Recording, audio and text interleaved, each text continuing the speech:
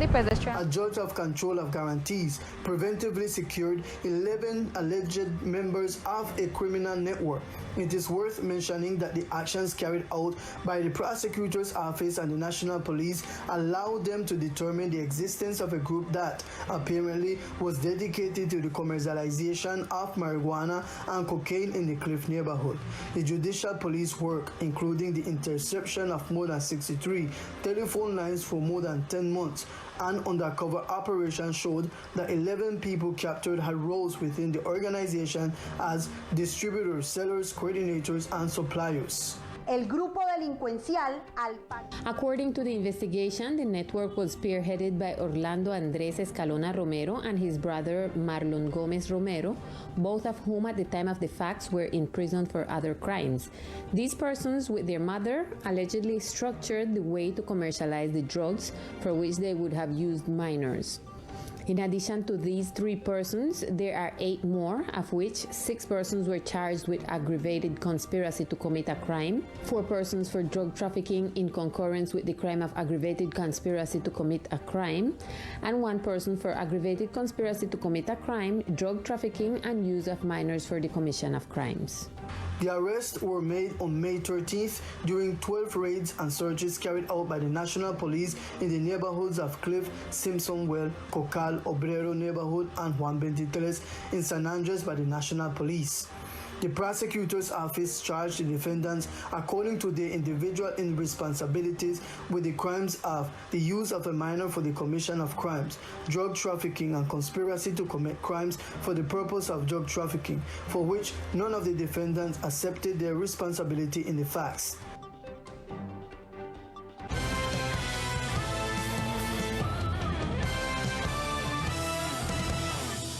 According to the IDEAM's forecast, rainfall is expected to persist in the western Caribbean Sea, including the area of the archipelago of San Andres, Providence, and Santa Catalina and the surrounding keys due to the transit of a tropical wave. These were the words of the director of the entity. The transit of tropical waves coming from the coast of Africa that travels in the Atlantic Ocean and enter towards South America, then to the Caribbean and pass towards Central America begins. Climatologically, these waves begin their transit in the month of June and extend until the month of November, typical of the hurricane season in the Caribbean Sea. Today, we are accompanied by the first tropical wave of the season. It has increased rainfall in much of the Caribbean region. It is transiting in the Caribbean Sea. The recommendation for fishermen and tourists is to be attentive to the information of the ports and take the necessary measures while this system is moving towards Central America. On the specific climate conditions of the archipelago, the director mentions. The San Andres archipelago will continue with cloudy weather and overcast weather conditions as the system passes from the region. Meteorological analysis indicated that the tropical wave is currently located in the western Caribbean Sea with an axis to the south and moving at a speed of 15 to 20 knots to the west. The wave will mainly affect the Caribbean region and the insular area of the Caribbean Sea during the next few days. A few minutes ago, there were an accident on the island on the descent of the Cove Hill nearby the battalion. The accident involves a public transport service, service bus that apparently leaves the road. In photos that are already circulating on social networks, it's seen how the rear of the vehicle is off the road. So far, it is not known if the bus was carrying passengers or if there are any injured due to the accident. We will continue to monitor the development of this news.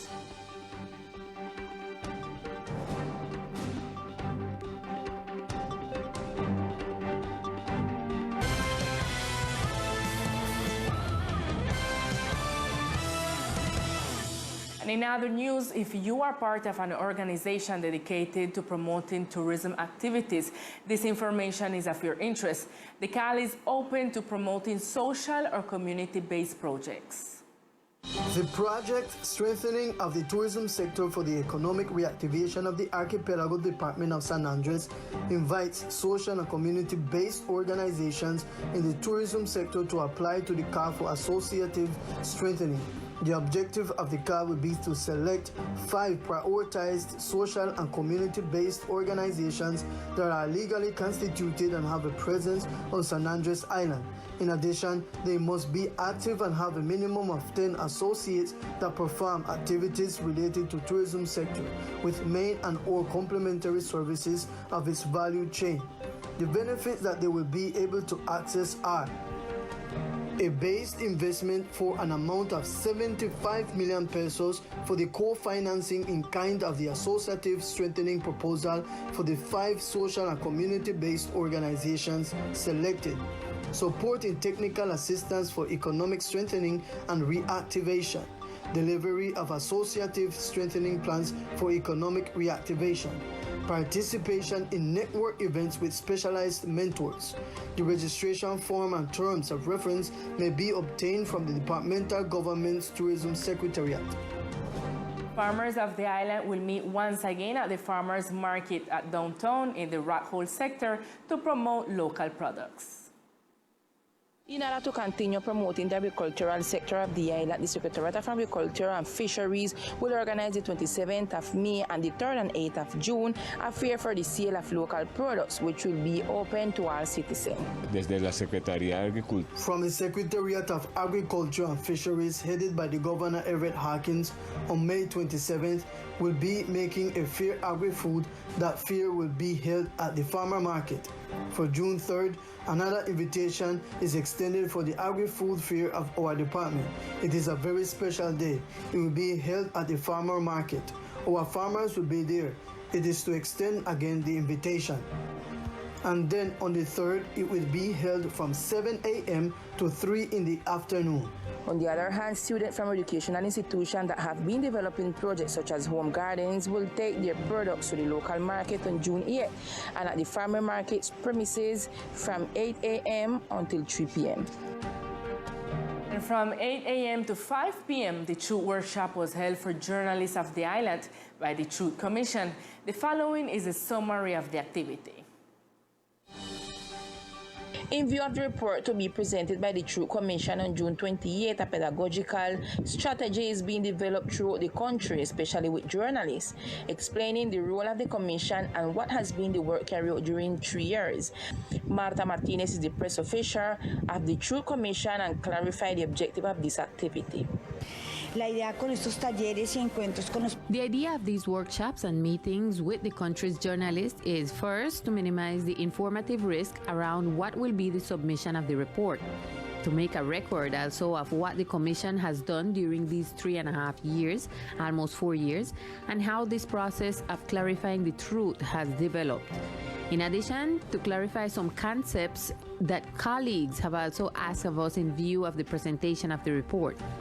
Likewise, in these workshops, which last a day and a half, we will tell you how the structure of the report will be and how the presentation event is being done, or how we are thinking of doing it. The main purpose of this activity is to make known to all journalists in the country, in this case, all those of the Archipelago Department, the effort that have been developed during this period. It is important to remember that the Truth Commission is a state entity born from the peace agreement signed between the government and these FARC guerrillas in 2016 in the Havana Agreement, and it is only one of the 3 entities that come out of this peace agreement. The workshop was held today at the facilities of the Family Compensation Fund Kahasai until 5 o'clock in the afternoon. And today, the corporation Juego y Niñez came to the department to deliver some elements of endowment for the daycare centers of the island, likewise to accompany the training process of children who are part of it. During the delivery that took place at the Bolivariano School, the Juego y Niñez Corporation talked about the importance of the delivery and support to the daycare centers program in the country. Gracias al aporte que hace Chevron, esto es muy importante. Thanks to Chevron's contribution, the corporation can provide technical assistance to the program, which includes several points. One is to train the teachers of the children's play centers, support in the process, train the children's actors, and train the families, and the other is to follow up the process with a team of professionals. Likewise, to provide the program with an endowment and make an annual restocking.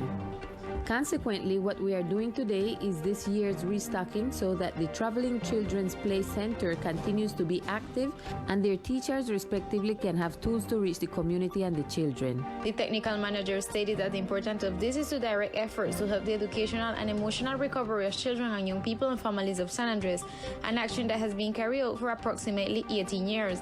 La Corporación Juego y Niñez viene trabajando en Colombia. The Corporation Juego y Niñez has been working for 20 years in Colombia and specifically in San Andres for 18 years with the implementation of the program Ludoteca Naves. In addition, with the provision of technical support for the celebration of the Children's Day, which has a focus on parenting. Now it is done with more games, which has to do with training families to transform those images that still legitimize violence in upbringing. This support is carried out jointly with the departmental government in order to lead the process and reach the entire community, sponsored by the activities of the Loving Parent Plus Games. The regional and public channels of our country will hold a debate with the presidential candidates on May 22nd. So we reiterate the invitation to the candidates and their political campaigns.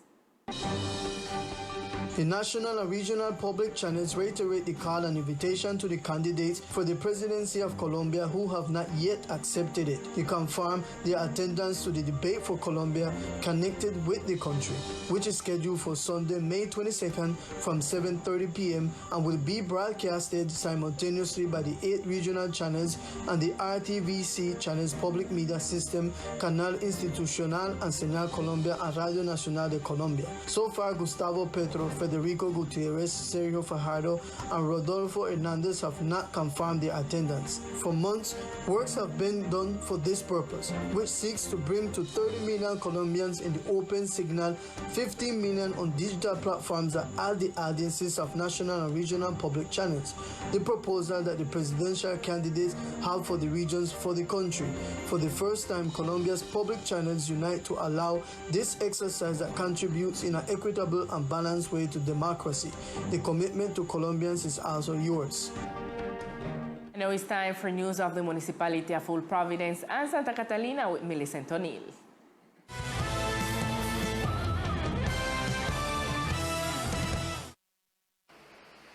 Good evening to all our viewers. This is the most relevant information from Full Providence and Catalina. Yesterday, several of our boys and girls returned to the island after participating in the Golden Feet First National Festival for Children in the city of Ibagué.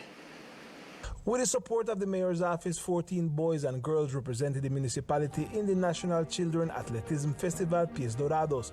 There it was demonstrated that there is potential for athletics on the island. I win all the juegos then.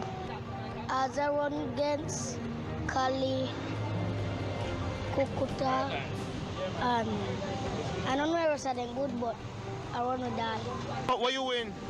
The medalla. Yeah? And how much you in the run against? Kylie. Cali? That's slow. They not even can run. The children won over 20 medals between the ages of 3 and 12. We gone champion everything because we need everything.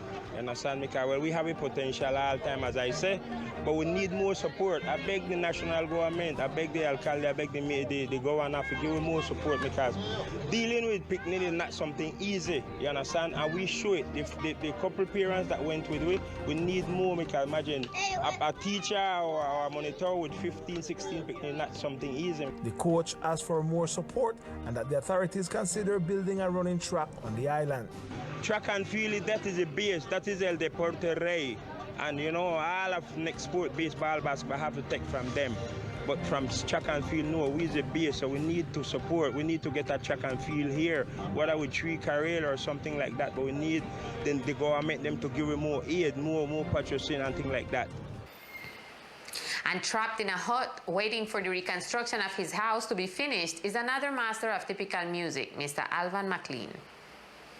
Master Alban McLean is another of the typical music artists for whom the reconstruction of his house was left in hands of the Ministry of Culture. However, he has been in a shock for more than 8 months waiting for his house to be finished. But that me catch up is something here for about a month or two when they say I have to move over there and start the house. And it started for last year, September. And now that May, me soon done. Due to the recent pressure that has been generated by his case exposure on social media, the reconstruction of his house has been accelerated. But in recent days, someone stole the plywood for his house. I don't know what's going on because they had the board under the floor there a couple of days, maybe 2 weeks. And after some man, come here and they clean out. The next day, it was missing. This senior citizen asked that the construction of his house be accelerated since he also have health difficulties. That because a person sick in this condition, they can't feel good. You can't turn around. You can't do nothing. So, but as well, sir, I leave everything in the hands of Almighty God. There's no sense I tell you or tell the next one. Him can help me, and him is who are the whole pan like so. A very sad situation. And this is all we have for tonight for the section of Old Providence and Catalina. Continue in San Andres with more Teleislas News. Good night. Thank you, Millie. And with news of the municipality, we reach to the end of our broadcast. But we see you tomorrow at 1 p.m. in Teleislas News Midday. Good night.